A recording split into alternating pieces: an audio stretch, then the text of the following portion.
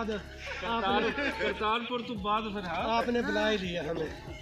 आप कह रहे थे बुलाऊंगा। जनाब रजा जियो फिजिकली मीटिंग फर्स्ट टाइम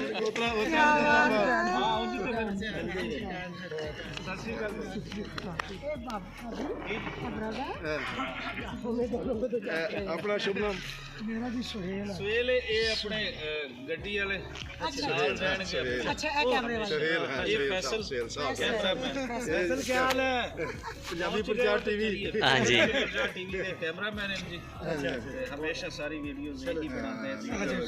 चलिए आओ चलिए कितना वेट करना था सर ਅਸੀਂ आगे से 11 बजे आ गए थे। अच्छा सानू उधर बड़ी देर लगी इधर ਤੁਸੀਂ ਤਾਂ ਪਹਿਲੇ ਆ ਗਏ ਸੀ। एक मिनट ਅਸੀਂ ਆ ਗਏ 11 ਤਰੀਕ ਨੂੰ 11 ਜਨਵਰੀ ਨੂੰ। ਅੱਛਾ ਤੇ ਤੁਸੀਂ ਅਸੀਂ 16 ਨੂੰ ਆਪਣਾ ਅਸੀਂ 10 10 ਨੂੰ ਆਏ ਸੀਗੇ ਤੇ ਕੱਲ ਇੱਥੇ ਆਏ ਆ ਅੱਜ ਪਾਕਿਸਤਾਨ ਚ ਆ ਗਏ। ਤੁਸੀਂ ਤੇ ਨਵੇਂ ਹੋ ਤਰ੍ਹਾਂ ਅੱਜ ਤੱਕ ਹੀ ਹੋਇਆ ਹੈ ਇਹ ਤਰ੍ਹਾਂ ਤਾਜ਼ਾ ਨਹੀਂ ਅਸੀਂ ਰੈਸਟ ਕਰ ਆਏ ਆਹੋ ਦੇਖੋ ਜੀ ਤੁਹਾਨੂੰ ਤਾਂ ਫਿਰ 2-3 ਦਿਨ ਦਾ ਦਰਮਿਆਨ ਰੈਸਟ। ਇਹਨਾਂ ਦੇ 2-3 ਦਿਨ ਹੀ ਗਏ ਰੈਸਟ ਕਾਦੀ ਇਹਦੇ ਹਾਲੇ ਕੱਲ ਵੀ ਥਕਾਵਟ ਮਹਿਸੂਸ ਕਰ ਰਹੇ ਸੀਗੇ। ਅੱਛਾ ਜੋ ਜੱਟ ਲਾ ਦੀਆਂ ਨੇ ਉਤਰਿਆ ਕੱਲ ਆ ਕੇ ਰੈਸਟ ਕੀਤੀ ਇਹਨਾਂ ਨੇ ਤੇ ਫਿਰ ਜੀ ਬੜੀ ਉਡੀਕ ਸੀ ਜਿਹੜੇ ਪ੍ਰਾਹੁਣਿਆਂ ਦੀ, ਬਲਕਿ ਪ੍ਰਾਹੁਣਿਆਂ ਦਾ ਤਾਂ ਨਹੀਂ ਕਹਿਣਾ ਚਾਹੀਦਾ, ਜਿਹੜੇ ਘਰ ਵਾਲਿਆਂ ਦੀ। ਤੇ ਅੱਜ ਪਹੁੰਚਿਆ ਤੇ ਸਾਡੇ ਨਾਲ ਜੰਡ ਸਾਹਿਬ ਸੁਖਦੇਵ ਜੰਡ ਸਾਹਿਬ ਔਰ ਥਿੰਦ ਸਾਹਿਬ ਔਰ ਮੇਰੀ ਭੈਣ ਜੀ ਗੁਰਚਰਨ ਕੌਰ ਥਿੰਦ ਔਰ ਬਰਜਾਈ ਜੀ ਜਗਦੀਸ਼ ਕੌਰ ਤੇ ਸਾਰੇ ਚਾਰੋਂ ਜੀ ਪਹੁੰਚਿਆ ਤੇ 4 ਜੀਆਂ ਦੇ ਨਾਲ ਇਹਨਾਂ ਦੀ ਯਾਤਰਾ ਹੋਏਗੀ 10 ਦਿਨਾਂ ਦੀ। ਤੇ ਅੱਜ ਸ਼ੁਰੂ ਕਰਾਂਗੇ ਵਾਹਗਾ ਬਾਰਡਰ ਤੋਂ ਤੇ ਉਹਨਾਂ 10 ਦਿਨਾਂ ਦਾ ਤੁਹਾਨੂੰ ਦਿਖਾਵਾਂਗੇ ਕਿ ਪਾਕਿਸਤਾਨ ਇੱਥੇ ਪੰਜਾਬ ਦੇ ਅੰਦਰ ਆ ਕੇ ਇਹਨਾਂ ਨੇ ਕੀ ਦੇਖਿਆ ਔਰ ਕੀ ਮਨ ਦੇ ਵਿੱਚ ਲੈ ਕੇ ਆਏ, ਇਹ ਵੀ ਇਹਨਾਂ ਤੋਂ ਪੁੱਛਾਂਗੇ। ਤੇ ਬੜੀ ਅਜੇ ਖੁਸ਼ੀ ਦਾ ਦਿਹਾੜਾ ਹੈ ਕਿ ਉਹ ਇੰਜ ਹੈ ਕਿ ਜਿਵੇਂ ਘਰ ਵਾਲੇ ਆਪਣੇ ਘਰ ਆਉਂਦੇ ਨੇ ਮੁੱਦਤ ਬਾਅਦ। ਤੇ ਇਹਨਾਂ ਦੇ ਵੱਡੇ ਇੱਥੋਂ ਹੀ ਸਨ ਲੈਲਪੁਰ ਦੇ ਗੱਟੀ ਚੱਕ ਦੇ।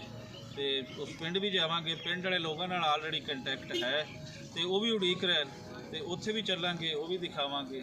ਫਿਰ ਤੁਹਾਨੂੰ ਦਰਸ਼ਨ ਦੀਦਾਰ ਸਾਰੀਆਂ ਥਾਵਾਂ ਦੇ ਉਹ ਵੀ ਹੋਣਗੇ। ਤੇ ਚਲਿਏ ਜੰਡ ਸਾਹਿਬ ਫਿਰ ਤੁਸੀਂ ਕੁਝ ਕਹਿਣਾ ਚਾਹੋ ਗੁਰਚਰਨ? ਮੈਂ ਵੀ ਕਹਿਣਾ ਚਾਹੁੰਦੀ ਹਾਂ। ਦੇਖੋ ਜੀ ਅਸੀਂ ਰਜ਼ਾ ਹੁਣਾਂ ਦੇ ਸੱਦੇ ਦੇ ਉੱਪਰ ਅਸੀਂ ਸਾਰੇ ਭੈਣ ਭਰਾ ਇੱਥੇ ਪਹੁੰਚੇ ਆ ਤੇ ਬਹੁਤ ਖੁਸ਼ੀ ਹੈ ਕਿ ਅਸੀਂ ਜਦੋਂ ਇੱਥੇ ਪੈਰ ਰੱਖਿਆ ਤੇ ਕਹਿੰਦੇ ਹੁੰਦੇ ਨੇ ਜਿਵੇਂ ਚਾਅ ਚੜ੍ਹ ਜਾਂਦਾ, ਜਿਵੇਂ ਅਸੀਂ ਆਪਣੇ ਦਾਦੇ ਦੀ ਭੂਮੀ ਪੜਦਾਦਿਆਂ ਦੀ ਭੂਮੀ ਤੇ ਆ ਗਏ।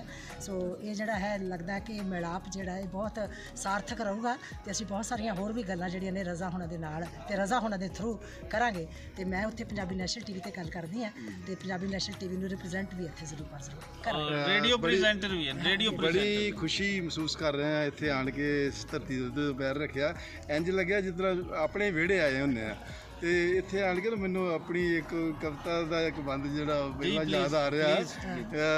ਮੈਂ ਲਿਖਿਆ ਹੈ ਸੀ ਵਾਘੇ ਦੀ ਸਰਹੱਦ ਨੂੰ ਅੱਜ ਮੈਂ ਟੱਪਣ ਆਇਆ ਹਾਂ, ਪੁਰਖਿਆਂ ਦੇ ਪਿਛਲੇਰੇ ਪਿੰਡ ਨੂੰ ਤੱਕਣ ਆਇਆ ਹਾਂ। ਥਿੰਦ ਸਾਹਿਬ ਕਿਵੇਂ ਦਾ ਲੱਗ ਰਹੀ ਹੈ? ਮੈਂ ਤਾਂ ਕਹਿੰਦਾ ਜੀ ਤੁਸੀਂ ਜਿਸ ਤਰ੍ਹਾਂ ਸਾਨੂੰ ਕਰਤਾਰਪੁਰ ਰਿਸੀਵ ਕੀਤਾ ਹੈ ਨਾ, ਉਹਦੇ ਨਾਲ ਜ਼ਿਆਦਾ ਸਾਨੂੰ ਇੱਥੇ ਜ਼ਿਆਦਾ ਰਿਸੀਵ ਕਰਤਾਰਪੁਰ ਤੋਂ ਤੁਸੀਂ ਫਿਰ ਇੱਕ ਦੇ ਨਾਲ ਹੀ ਆਏ ਸੀ, ਹੁਣ ਤੁਸੀਂ ਆ ਰਹੇ ਹੋ 10-11 ਦਿਨ ਲਈ ਆਏ। ਸਾਡੀ ਮੁਲਾਕਾਤ ਹੋਈ ਸੀ ਜੀ 2019 ਦੇ ਵਿੱਚ ਕਰਤਾਰਪੁਰ ਦੀ ਉਸ ਪਵਿੱਤਰ ਥਾਂ। ਅੱਛਾ ਤੁਹਾਨੂੰ ਡੇਟ ਵੀ ਯਾਦ ਹੈ? ਕਿਆ ਕਹਿਣੇ ਥੇ ਸਾਲ ਦਾ। ਸੋ ਚਲਿਏ ਜੀ, ਥੈਂਕ ਯੂ। ਆਓ ਫਿਰ ਸਫ਼ਰ ਸ਼ੁਰੂ ਹੁੰਦਾ ਹੈ ਤੇ ਰੱਬ ਖੈਰਾਂ ਕਰੇ।